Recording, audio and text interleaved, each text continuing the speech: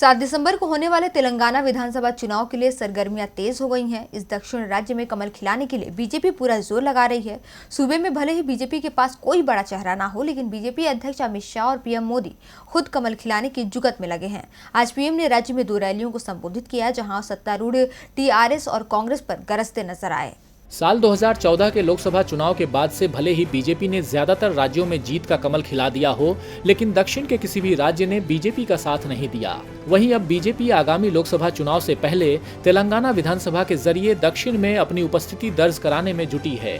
तेलंगाना में बीजेपी की जीत कितनी जरूरी है, इस बात का अंदाजा इसी से लगाया जा सकता है कि चुनाव से 10 दिन पहले ही पीएम मोदी ने सूबे में अपना डेरा जमा लिया है। आज पीएम मोदी ने निजामाबाद और महबूबनगर में रैली को संबोधित कर सत्तारूढ़ टीआरएस और मुख्य विपक्षी दल कांग्रेस पर जोरदार हमला बोला।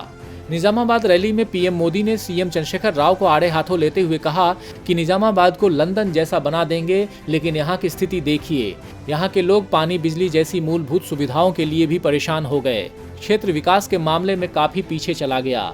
उन्होंने कहा कि तेलंगाना में 4.5 साल गुजर गए, लेकिन राज्य सरकार ने कुछ नहीं किया और राज्य को बर्बाद कर दिया।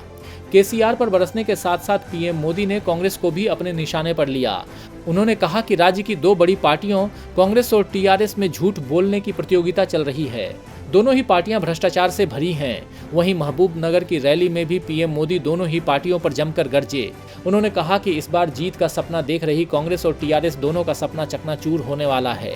पीएम मोदी ने दोनों पार्टियों के लिए हार की भविष्यवाणी तो कर दी, लेकिन अगर पिछले चुनाव पर नजर डालें तो बीजेपी के लिए जीत की राह आसान नहीं है।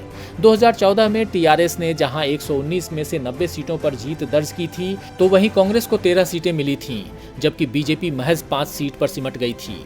वहीं इस बार के चुनाव में टीआरएस जहां अपने काम के नाम पर वोट मांग रही है, तो कांग्रेस महागठबंधन बनाकर विपक्षी वोटों को एकजुट करने में जुटी है।